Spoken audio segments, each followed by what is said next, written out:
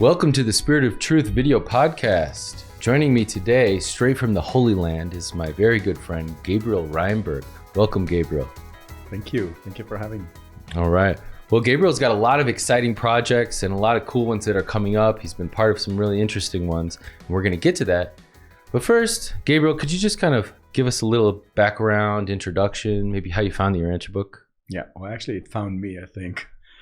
I was traveling in Latvia, and I had a long bus ride with a bus full of Russian people, and only one person was speaking English. And we went into spiritual stuff, and we had a long ride to talk about things. And he just mentioned the Urantia Book. He says, oh, you should take a look. I wrote down Urantia, and then I forgot about it. And some weeks later, I found a piece of paper. I downloaded it to my phone. It was a small phone. Sure. And I just started reading. And I couldn't stop. Wow. 1 year after that, I was already translating to Hebrew, which I finished in the end of, the first draft was finished in the end of 2007. Well, let me fill people in on this one because Gabriel was responsible for doing the Hebrew translation for the Urantia Book, which is a big deal. Yeah. Big deal.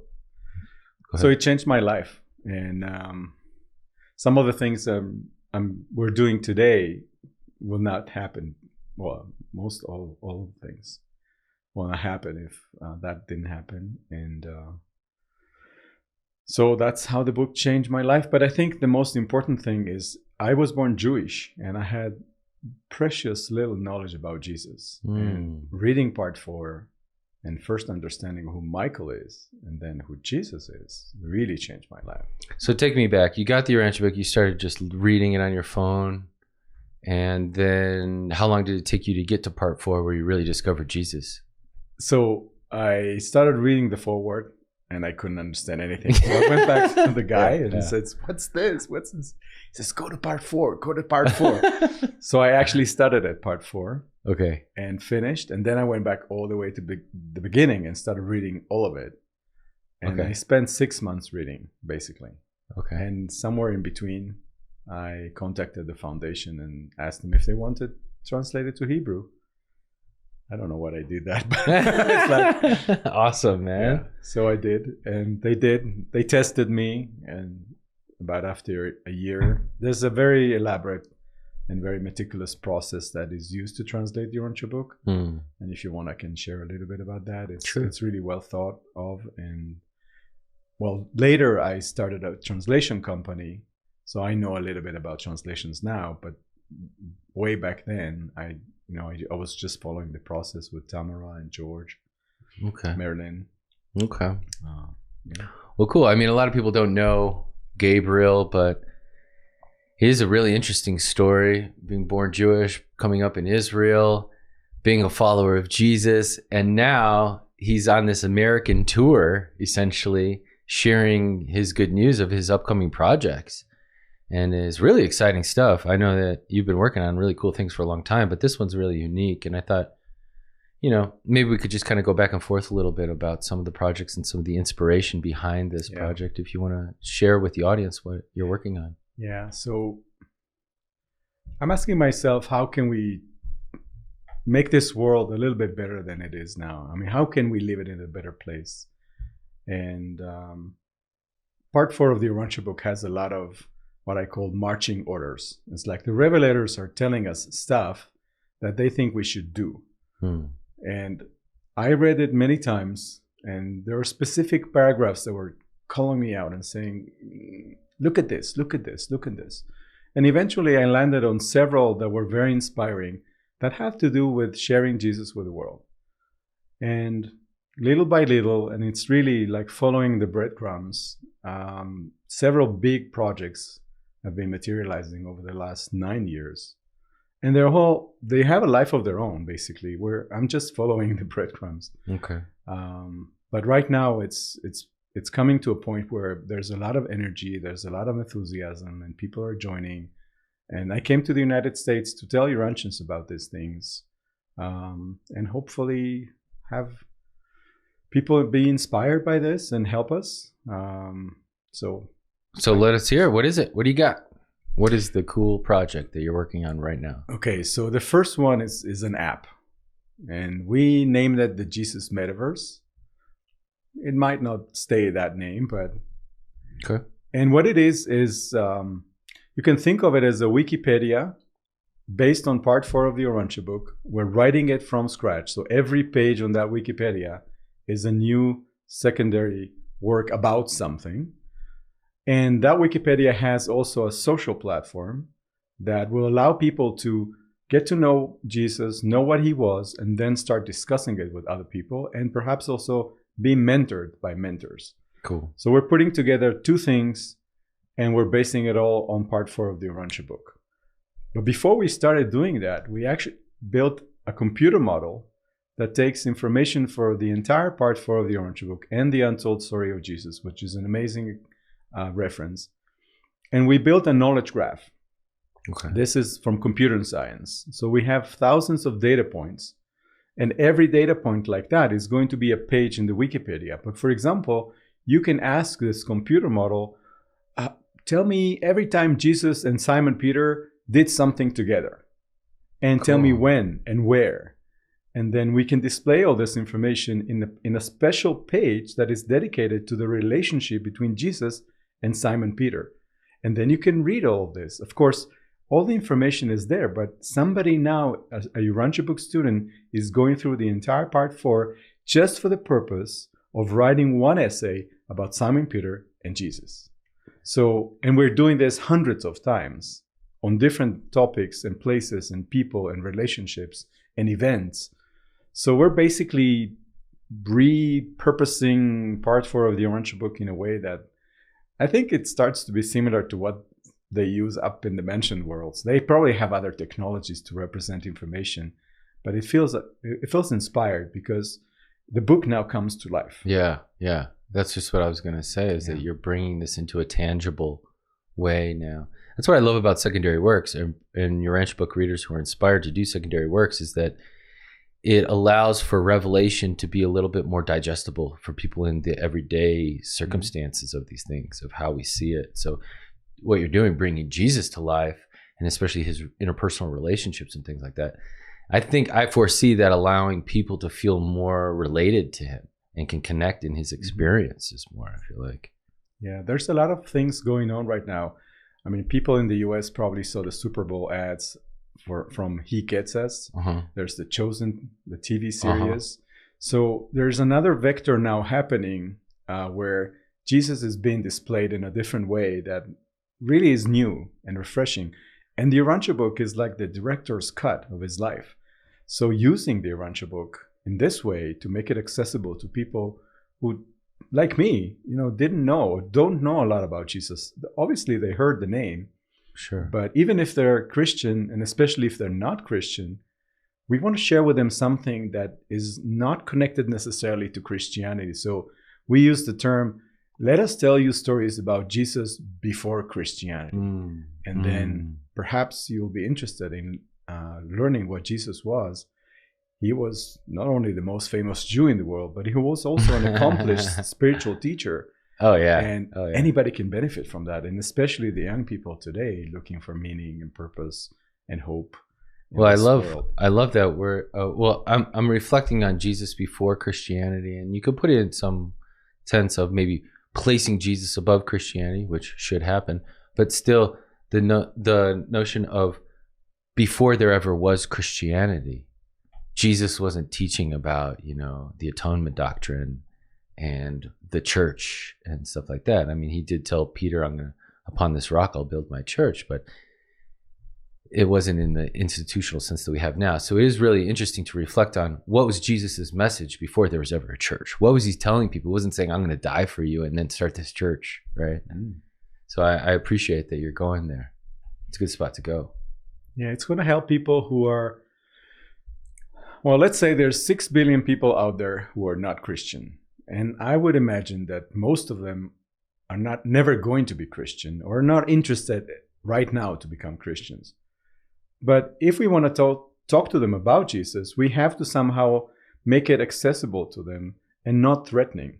Like, we're not going to make you go to church or read the Bible or become Christian just to tell you about Jesus. there's another way. Mm-hmm. And there's nothing wrong with being Christian or going to the Bible, reading the Bible, or going to church. But if you're not interested in that, perhaps you are going to be interested in what Jesus was, which is basically what we want to say and show people. We want them to see that.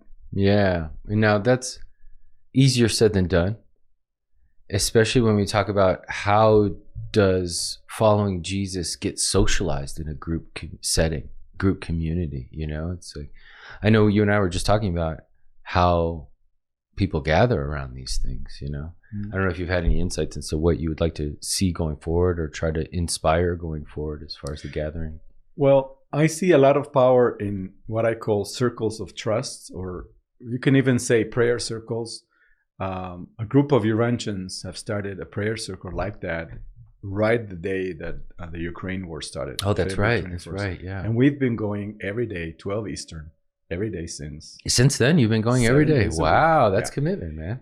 And what's beautiful about that is we pray out loud. We sit in meditation together. But sometimes we share things that are private. So, for example, Jesus before Christianity came from Bobby Dreyer. And I just brought the book, I brought to the prayer circle this question of how can I share Jesus with people who are not Christians? And she just said that. And it was an inspired meme. So what I see is circles like that forming more and more. And this app, the Jesus Metaverse, is going to be a platform where people can get together and then perhaps decide to do something like a circle of trust or explore working in the real world together, doing something about spirituality, about making this world a better place in whatever form they want. So we see this in the future as being part of this platform, this app that we're building.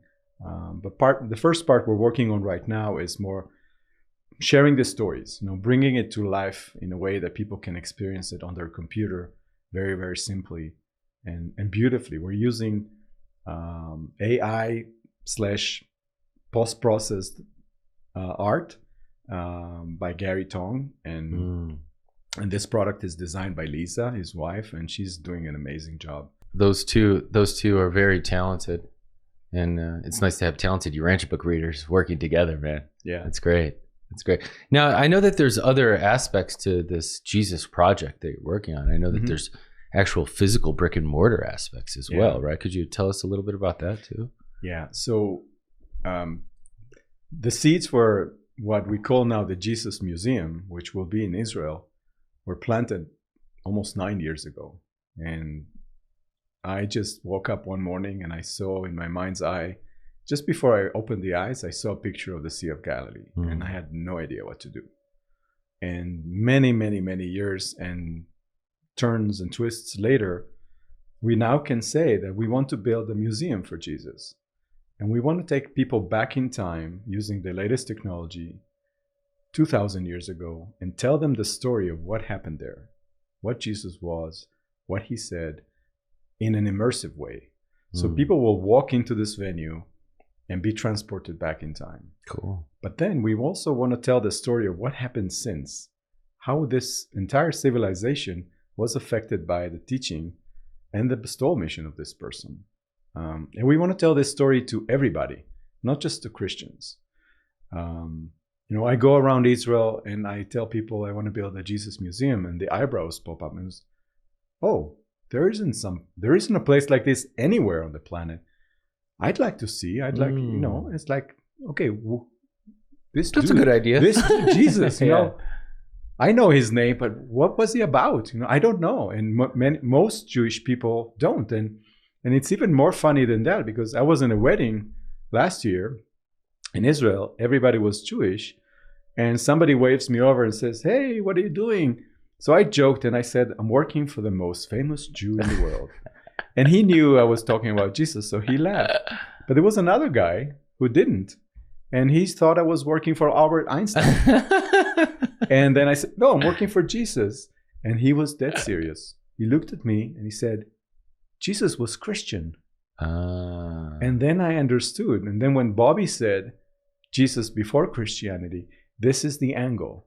Let's invite people to a place where they can see the stories about this person and relate to them, even if they're from a different institutional religion. And there's 500,000 pilgrims going to this venue that we're about to lease. We're negotiating a lease on this venue.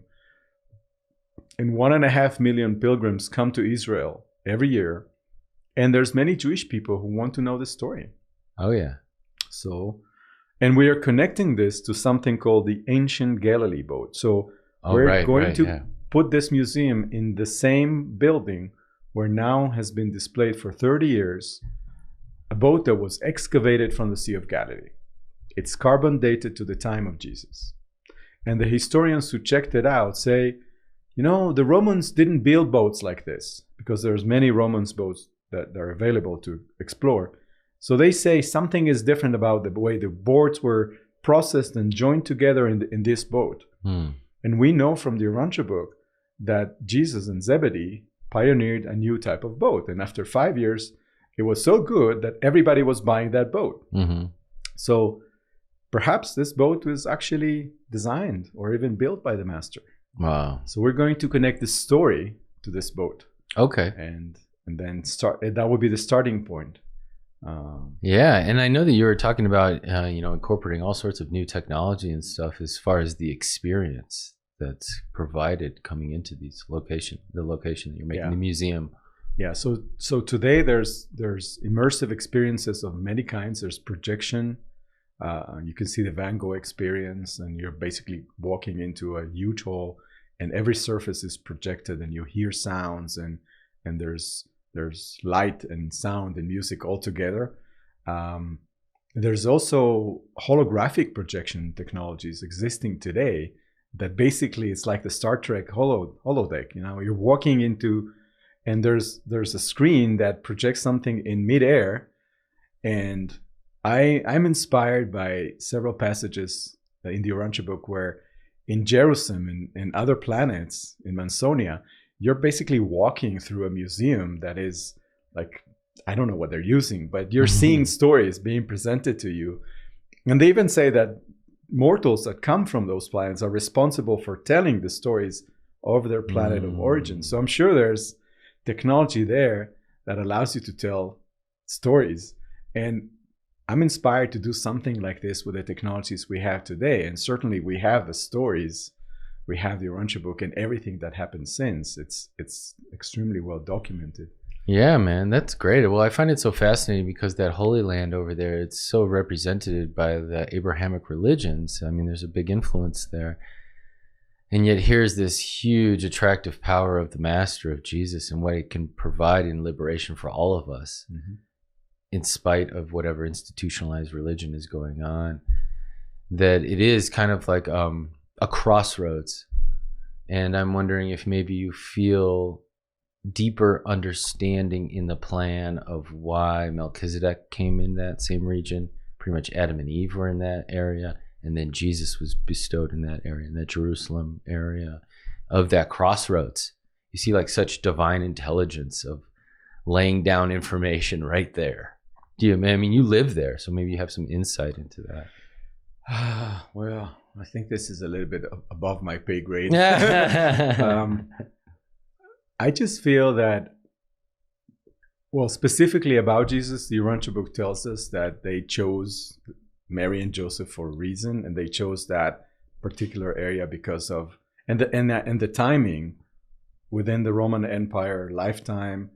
There's a lot of traffic. Obviously, Jesus got a lot of opportunities to study how different religions, different traditions, different cultures. He traveled, and all that was afforded because he was geographically there. I mean, if he had to go to India, that would be a 2, 3, 4 year journey, and then back. I guess that's why they chose those places. Yeah. But now you're blessed with all of these pilgrims who do go through there, you know, from different regions still. Yeah. And now setting up the big sign of Jesus, kind of informing them a little bit more about the Master. That's a great thing, man. Yeah. The museum, you know, we're working with a law firm that is a strategic business partner for us. They're basically going to help us build a business plan. And there's also a creative team, and there's several of us in our Center for Unity team, and Stephen Marble is one of them, who is going to be creatively responsible for the content.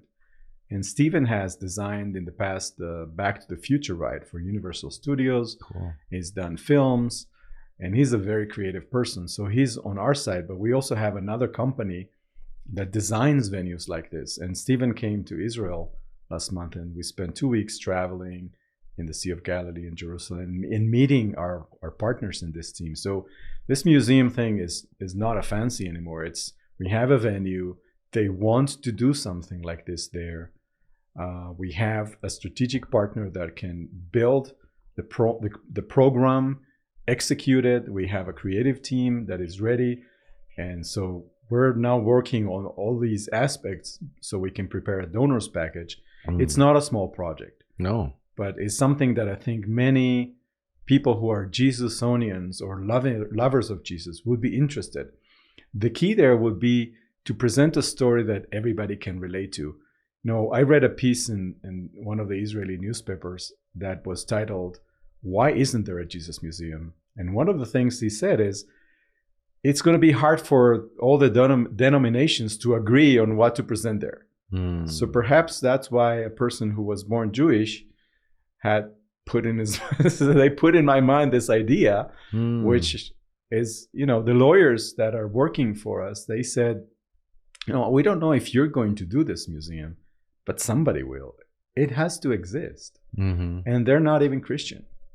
So we want to build something that not only the pilgrims will feel comfortable with the story and the narrative, but also other religions, Jewish people, Christian, Muslim. I mean, Israel is a melting pot of religion. Yeah. Such a holy, holy land where so many people who are believers gather.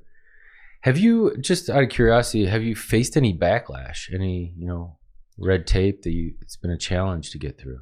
No. This area of the Sea of Galilee is heavily touristed. Like it's a tourist attraction for pilgrims. The numbers are big, and for the state of Israel, it's revenue. It's tourism revenue, and they need more attractions.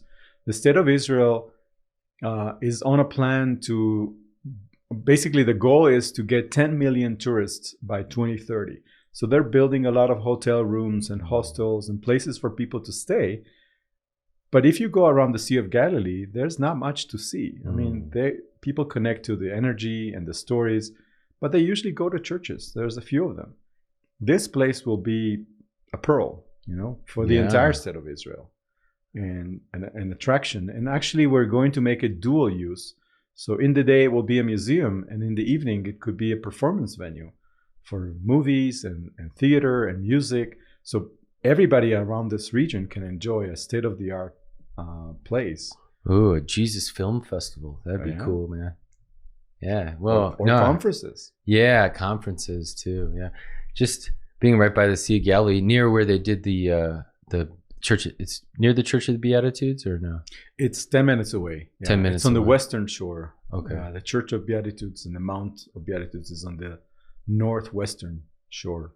Okay. But it's really very close. Yeah. Oh man, I can't wait. There'll be such a good opportunity to kind of connect remotely too with whatever technology you have. I think the education potential is really great there. Especially for young people. I don't know. You got a plan for engaging young people in all of this. we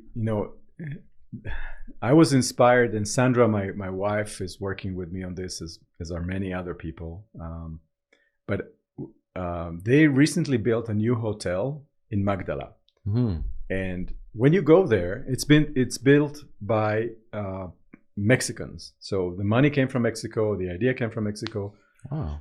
And they bring a lot of young people especially from Latin America, to volunteer there. So the receptionists, the people who guide you and take you around and explain to you, they're volunteers. So I love to see Urantians coming on pilgrimage to the Holy Land and working in the Jesus Museum and explaining people, their own version of Jesus, and talking about the Urantia Book and talking about their own personal experiences. So there will be an opportunity. Yeah, that'd be great. Internships for Urantia Book readers on ministry in the Holy Land. Yeah. And then it kind of like, with the Urantia Book, there's not this real organized religion that comes about. There's a unifying voice, and that's the teachings of Jesus, and it's really interesting to see what will come about in the future as far as how is it socialized in group engagement, because we have our conferences, we have a lot of educational outreach, a lot of cool projects like what you're doing and other things.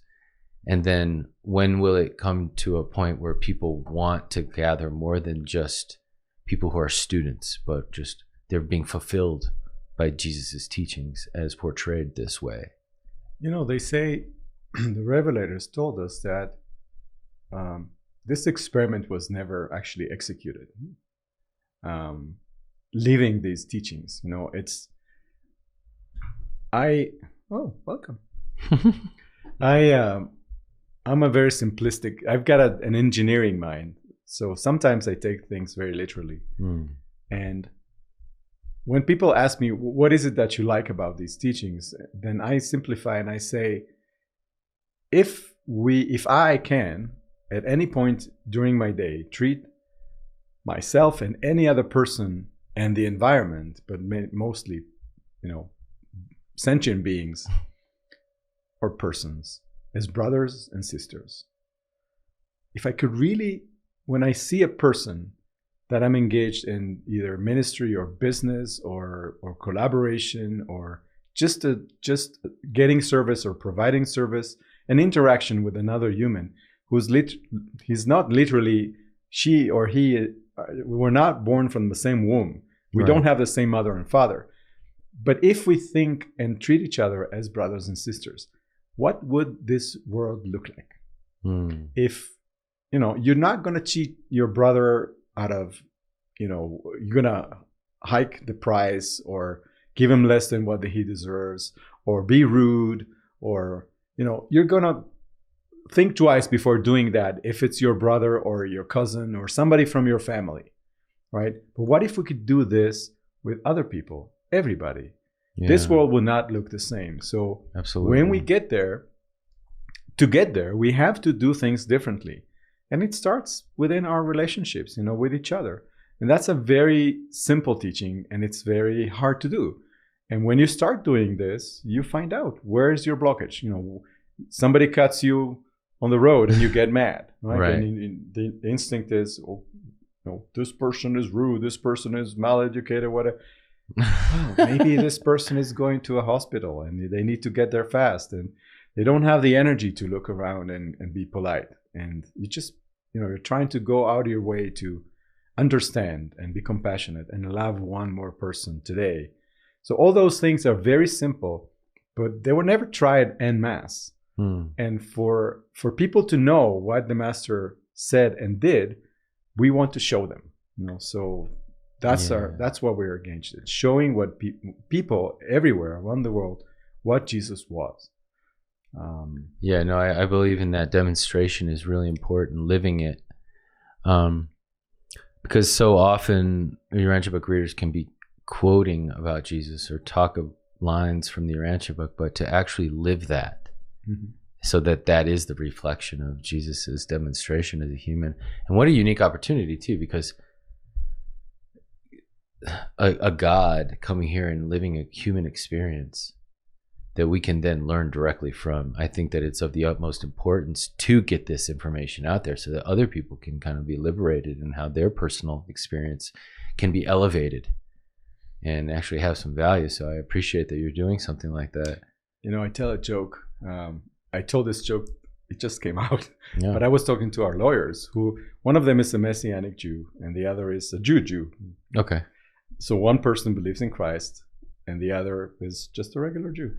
So I was sitting in their office with Stephen, and I said, you can put a whole lot of ketchup on this, but it's very hard to eat the fact that God was here as human and he was both human and divine.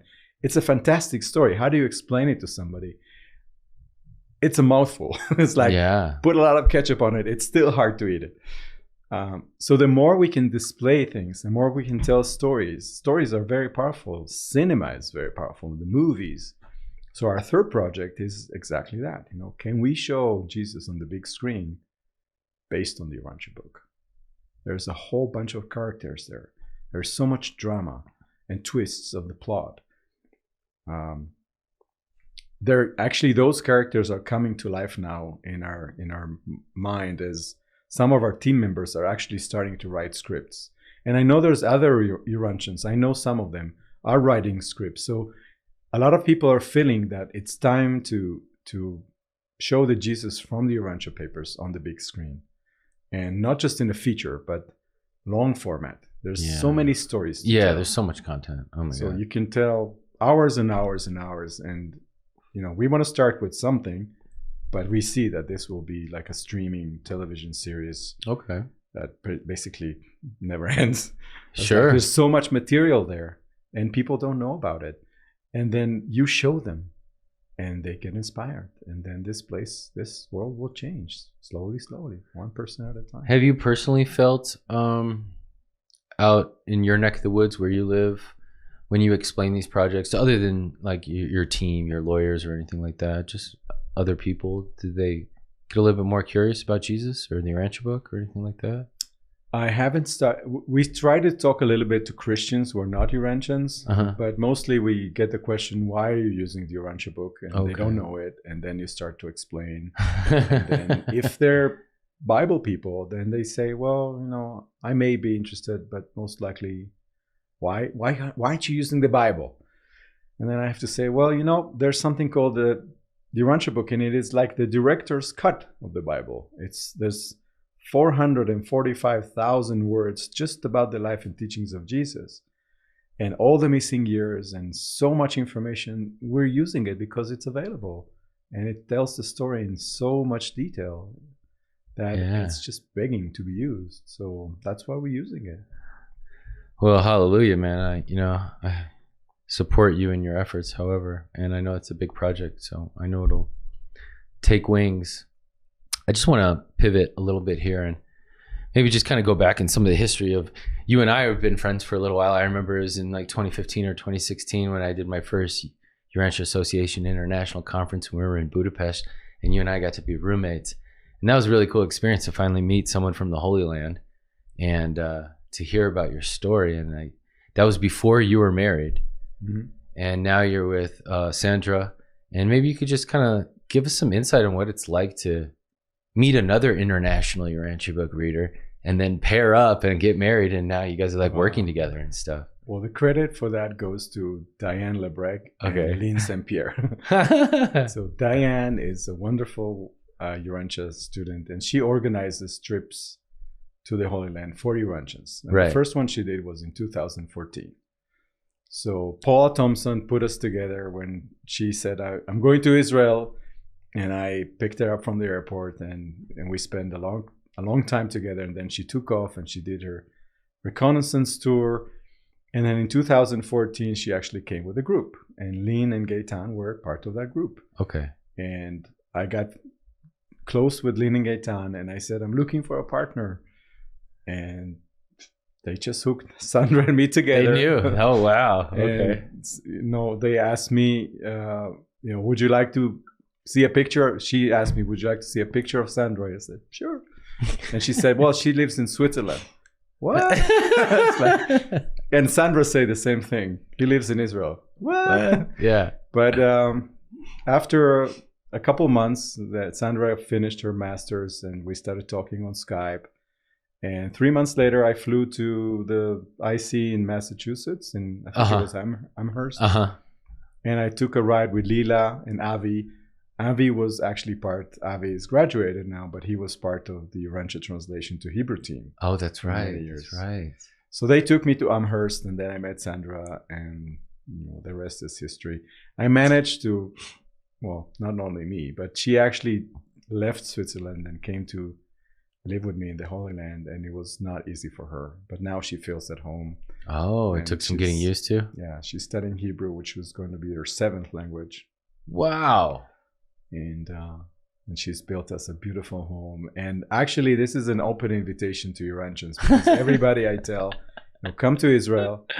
We'll take care of you. We have a guest room. Just make sure you book before. No charge. Oh. But it's wonderful, and Diane's trips are hopefully going to pick up again after COVID. And it's a wonderful experience to go through with a bus full of Urantians to the actual places where things happen, sit down, have a study group and read and share. It's a very fragrant experience. And I'll just tell a joke about David Kulicki that also graduated. He was on that first trip with Marilyn. And in the first circle, we're in Jerusalem. So everybody shared why they came on this trip. And David said, I asked Diane to organize this. He actually was the instigator. Of course. And he said, I had a vision that I will be in the mansion of the world somewhere, or in Jerusalem somewhere, and I'll meet a new person, a new being. And they will ask me, where are you from? I will say, I'm actually from the world of Michael. And that person will say, oh, you're in Urantia. And then the next question will be, did you go to Jerusalem? And David said, I didn't want to be in the position of saying I was too busy. Yeah. Oh, yeah. So yeah, this is a very special experience. And Diane really works very hard to make it a wonderful, memorable experience. So anybody who can take that trip, it's a treat. Yeah, no, I appreciate that. So you got some other stops involved in this American tour you're doing. Where are you going after Colorado? Yeah, well, I did the Convergence in LA, and Ben Bowler was basically the instigator for this trip. He said, why don't you come and make a presentation? Okay. And so he invited me, and then Rick and Margie were on our team. Rick Lyon. And Susan. And that's these guys here at Cosmic Creations from Melchizedek. I'd like to say we have our first year-end celebration before Christmas last year. We did a celebration, and I read the names of 44 Urantians who worked on these projects, the app, the museum, and the cinematic in 2022. And the team is growing. And we just take it one step at a time. We pray a lot as individuals and as a group that if this is the Father's will, and the people, the talent, the treasure will arrive. That's my personal prayer. So people are hosting me. I spend a week with Stephen and his daughter's home, and Margie is like a second mom to me now. We traveled the Pacific Midwest, and we went to Oregon, and we went to see Lisa and Gary and spend a day with them, and Nathan Jensen. Cool. I'm here now in the Boulder area. I'm going to Dallas and Santa Fe and San Antonio and New Orleans to meet the cinematic team. This is becoming an amazing trip, and none of this was planned, but a lot of people are just opening their homes and their wallets and their hearts, and it's just humbling. It's amazing, and I feel this is like new energy coming into. And how so? We tell people about this, and the ones who are connected to Jesus and want to share Jesus with the world, I think the most interesting thing about these projects in the last few months is that we're narrowing down our target audience to young people. And I tell this as a joke when I meet Urantians and I give this presentation. I say, who's the youngest person in the room?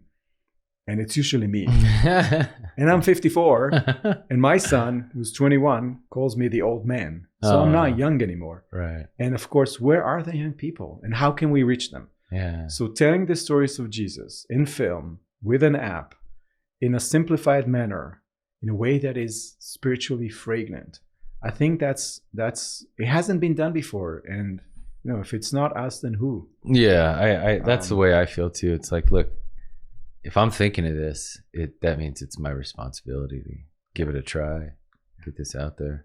And also, like, I grew up Roman Catholic. I had the whole Jesus died for your sins thing just beat into me, literally. And it was hard for me to not be offended by all that, especially as I got into an adult. But once I found the Urantia Book and I could have that hero again, of Jesus and just how dynamic he is and was. And it's inspiring and uplifting for me to not feel that I have to live by these restrictions that are expected upon me by an institution, and that suppresses my own expression, my own unique expression. And so, that's why I commend people who are going after projects where you almost lift up Jesus to allow him to liberate every other individual who comes across him, right? And what better than to have youth be inspired to see what they could do with that. And so then the challenge I always find lies in how can one present the dynamic, well-balanced character of Jesus when there is such stereotypes about him already. Mm-hmm.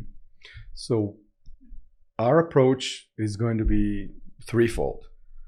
You're going to come to a museum somewhere in Israel, but hopefully in other cities in the world later. We're going to show you in film what we can.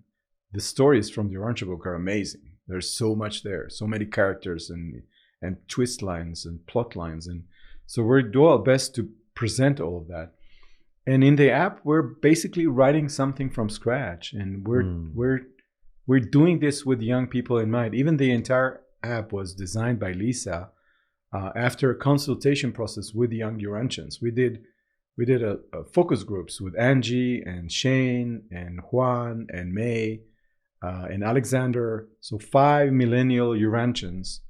And then we actually put ourselves in the shoes of young people and read primary research to find out what is it that they're looking for when they're truth seeking. And we try to build this product. And now what we're going to do is, once we release the first version, we're going to ask them, what is working? Is this working for you? And iterate until we find the right fit to inspire people with the stories of Jesus. So I think what we have to do is bring him to life in a way that people can relate to. And one more thing I want to say again is, we can talk about a personal relationship with God that is not in need of intermediaries or dogma or anything specific, any belief system in specific, which is what the young people are saying. They are trying to unbundle. They're saying, okay, let's say I was born Christian. I may want to go to church from time to time, but not every Sunday. And I may want to do meditation or mindfulness or yoga, or maybe read from other traditions, or maybe do circles with other friends, or go on a retreat, or maybe even do some medicine and have a special journey to find out deeper truths. And so they're trying to build a customized experience. And we hope that the app is going to be, and the movies are going to be part of their smorgasbord of options of how to connect to God. Because this is what this planet needs. More people that decide to put God first, and they have to find their own path. We cannot do this for each other. So, yeah. I think about that millennial experience of putting together a personal religion bric-a-brac style. You know what that means? A bric-a-brac, a piece from that, piece from that, piece, and then just kind of putting it all together. And then, I was kind of like that. And then once Jesus really became the centerpiece for everything, all that other stuff was just, it didn't go away, but it wasn't the foundation. You know what I mean? It's not the source of my spiritual expression. And so that's why I'm really excited to think of opportunities of how young people can be relieved from too much stress of trying to put together the perfect religion for their practice, and just kind of be liberated in knowing who they are now. Yeah. Well, I mentioned all those things because I tried them all. And this was part of my journey. And the Urantia Book, and then Jesus came much later when I was ready for that. But even then, it's okay. How do I take this into practical daily life? So prayer and worship and meditation and action, right? So love another person. Do another kind thing today. Think about this person as your brother or your sister, and act on that. If you can do that every day, 24/7. This world will not look the same.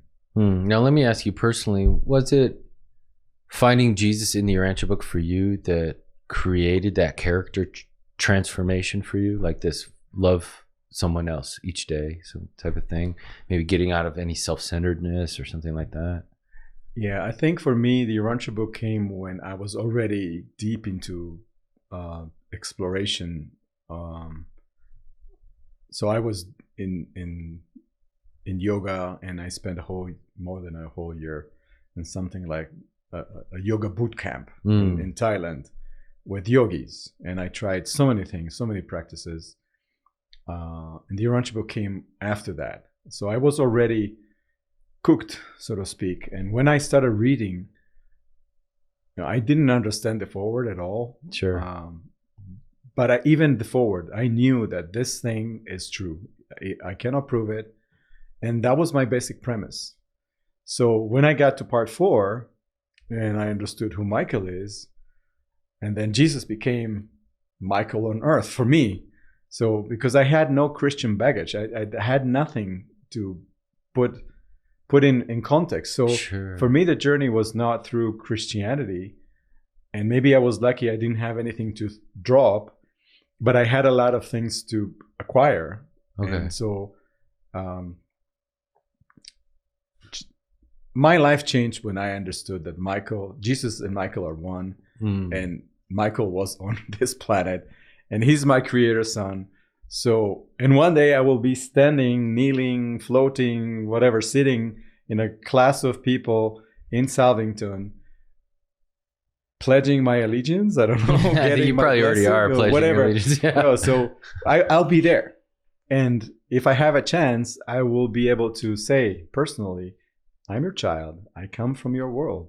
And as soon as I knew who you are, I dedicated the rest of my life to telling people, on my sisters and my brothers, this is what you came here to show us. You came to show us the Father. And how can we live with the Father? How can we do the Father's will, which is a dynamic thing? How can we incorporate God into our life? So this is my practice now. I practiced many other things before, but now I'm basically trying to emulate what Jesus did. And so showing people what Jesus was, for me, is like, here, take a look at what a person who did that, who found God while he was on earth, and lived that to the max. So if you're interested in spirituality, you have to study this thing. It's an example. It's like the best example. We don't have to say the best, because some people will get offended. So it's one of the best examples, for sure, right? It's the best one I've found. Yeah. But if you're Hindu or Buddhist or Muslim, so talking about Jesus before Christianity is like saying, well, it might be safe for you to explore this story and see if there's value for you there. He was a very advanced spiritual person. And if you're interested in spirituality, if you're a truth seeker, you will do well by studying and getting inspired. There's nothing for you to change. We just want to add something new to you. Mm-hmm. And that's going to be our angle. So it's unassuming, and we hope that it will serve people. And all right, man. Well, this has been really good content, and I'm super proud of you, bro. If there's anything that I could do to support in any way, let me know. Obviously I don't have a lot of finances, but we just ask for prayers. Yeah. And I will say that some Urantians and some others are, let's say, they might say that this is too big or too ambitious or too soon or too fast. And I don't have an answer to all those questions. I just know that I pledged myself to our Father, and my personal prayer is the perfect ideas, talent, and treasure arrive when and as needed. I did everything in my life to be positioned so I can work on these projects full time. We have a large team of people. We have 2 nonprofits. We have executive boards and advisory boards and project teams. And we're building an organization that can do all these things. It's a lot of work. What we ask first and foremost is for people to pray. And we ask our unseen brothers and sisters who actually are very capable on this planet to help us. So we literally ask them, but all the help will come through our brothers and sisters. So there's opportunities to be ambassadors, there's opportunities to be volunteers, and there's opportunities to help us financially. And we need all of that. So if you want to be in touch and you have questions, we have a newsletter that goes out every 21st of the month. And we have a monthly Ask Me Anything meeting, which is open to the public every fourth Wednesday. And you can get an invite for that and just come and meet us and ask questions and get to see that we're real people, not midwayers. Cool. Oh, that's great, Yeah, man. so- I appreciate just the down to earth spirit of all this, that it's not so high in the cloisters, holier than thou type of adventure or project. You're actually just working with friends and good, decent people. You know, I think that's real important. That's, from my experience, that's how the good projects take off. So I think you're in good hands. And I pray to the Father that you get everything that's needed and all the support is there for you. So may the Spirit of truth guide you in every way.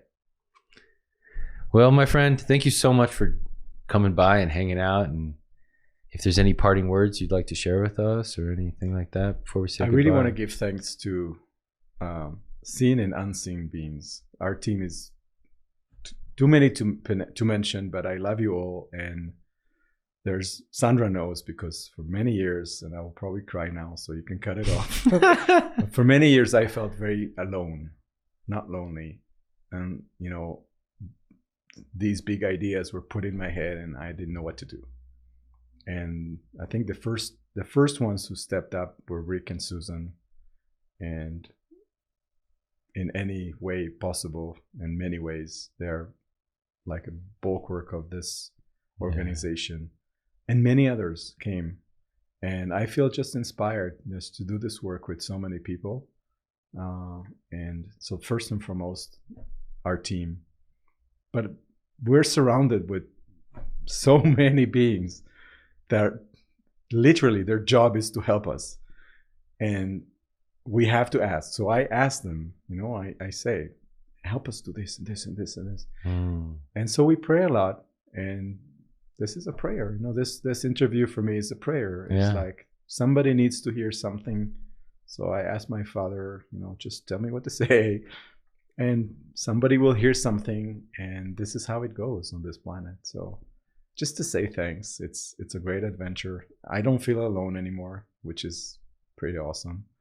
And you know, the other problem I have now is with Sandra that says that I'm working too much. Oh, she feels alone now because you're working too much. But so I'm handling that. Well, hang in there, Sandra. We love you. We'll see you. Well, thank you, Gabriel. I appreciate it so much, man. You know, this hard work for the kingdom that sometimes isn't recognized. And that's okay. That's the work that we're doing, spreading seeds. And I wish you all the best. And I will include links and everything to this stuff so people can check it out. And if this meets them and they feel that they want to support, I'm sure people will come out and support it, man. Thank you. So thank you again, Gabriel. And thank you everyone at home for joining us. Please leave a comment, a like, a share, a question for Gabriel, a question for me, a question for Kitty, and we'll try to get back to you. And as always, thanks for joining us, and God bless.